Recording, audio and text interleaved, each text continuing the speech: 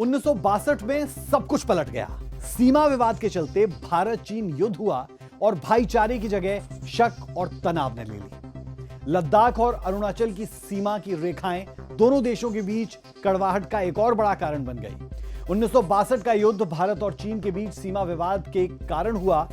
1962 के भारत चीन युद्ध के मुख्य कारणों की अगर बात करते हैं तो ये मुख्य रूप से अक्साई चीन और अरुणाचल प्रदेश, जिसे अब NEFA यानी नॉर्थ ईस्ट फ्रंटियर एजेंसी कहा जाता है, वहां मौजूद वास्तविक नियंत्रण रेखा यानी कि LAC की वजह से यह सब कुछ होता हुआ नजर आया।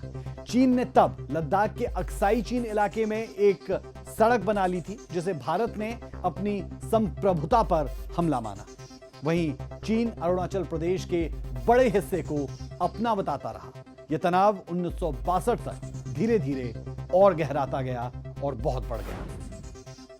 20 अक्टूबर 1962 को चीन ने अचानक पूर्वी और पश्चिमी मोर्चे पर हमला कर दिया। भारतीय सेना तैयारी के मामले में तब बेहद पीछे थी। चीन की सेना ने कुछ ही हफ्तों में लद्दाख और अरुणाचल के बड़े हिस्से पर कब्जा कर लिया। नवंबर में चीन ने एक तरफ युद्ध विराम की घोषणा की और पीछे हट गए, लेकिन अक्साई चीन उसके कब्जे में ही रहा और बस यहीं से शुरुआत हो गई उस बैर की जो आज तक चलता आ रहा है। इस युद्ध में भारत ने 1383 सैनिक खोए और 3968 जवान बंदी बनाए गए। चीन ने भी अपने 722 सैनिकों के मरने का आंकड़ा सबके सामने रखा, लेकिन कहा यह जाता है कि यह आंकड़ा कहीं ज्यादा था। अक्सर चीन अपना नुकसान कम ही दिखाता है। इस हार में भारत को बेहद गहरा झटका भी दिया और सबक भी सिखाया कि सिर्फ कूटनीति से सीमाएं नहीं बचती, सैन्य ताकत और रणनीति को और मजबूत करना बेहद जरूरी होता है। इसी के साथ 1959 में तिब्बत में हुए विद्रोह के बाद दलाई लामा और उनके अनुयायियों को भारत में शरण दे दी गई, जिससे चीन और भारत के बीच का तनाव और गहरा गया।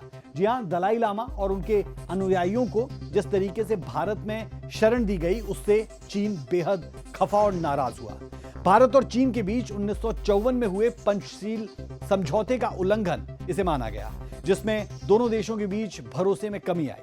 भारत और चीन के बीच राजनीतिक और वैचारिक मतभेद भी युद्ध के कारणों में से एक कहे जा सकते हैं। भारत चीन के बीच युद्ध 20 अक्टूबर से 20 नवंबर 1962 तक चला और इसमें भारत को हार का सामना करना था। 1962 के युद्ध के बाद दोनों देशों के रिश्ते लगभग 1.5 दशक तक बेहद ठंडे रहे। 1976 में पहली बार भारत और चीन ने राजनयिक बातचीत दोबारा शुरू की। 1988 में प्रधानमंत्री राजीव गांधी की ऐतिहासिक चीन यात्रा के बाद रिश्तों में थोड़ी गर्माहट आई। इसके बाद दोनों देशों ने 1993 और 1996 में सीमा पर शांति बनाए रखने के लिए समझौते किए। इन समझौतों के बावजूद चीन ने धीरे धीरे सीमा पर सड़कों, पुलों और सैन्य ठिकानों का निर्माण करना जारी रखा, जबकि भारत उस समय आर्थिक उदारीकरण और वैश्विक बाजार में हिस्सेदारी बढ़ाने पर ध्यान दे रहा था। चीन की विस्तारवादी नीति धीरे धीरे अपनी जड़ें मजबूत कर रही थी और भारत को इसकी भनक भी धीरे धीरे ही लगी। भारत और चीन के बीच करीब 3488 किलोमीटर लंबी सीमा लगती है, जिसमें कई हिस्से अब भी विवादित हैं। सबसे बड़ी समस्या है LAC यानी वास्तविक नियंत्रण रेखा की स्पष्टता या फिर उसकी स्पष्ट परिभाषा ना होना। भारत और चीन दोनों की LAC को लेकर अपनी अपनी धारणा है। यही भ्रम बार बार संघर्ष की वजह भी बनता है।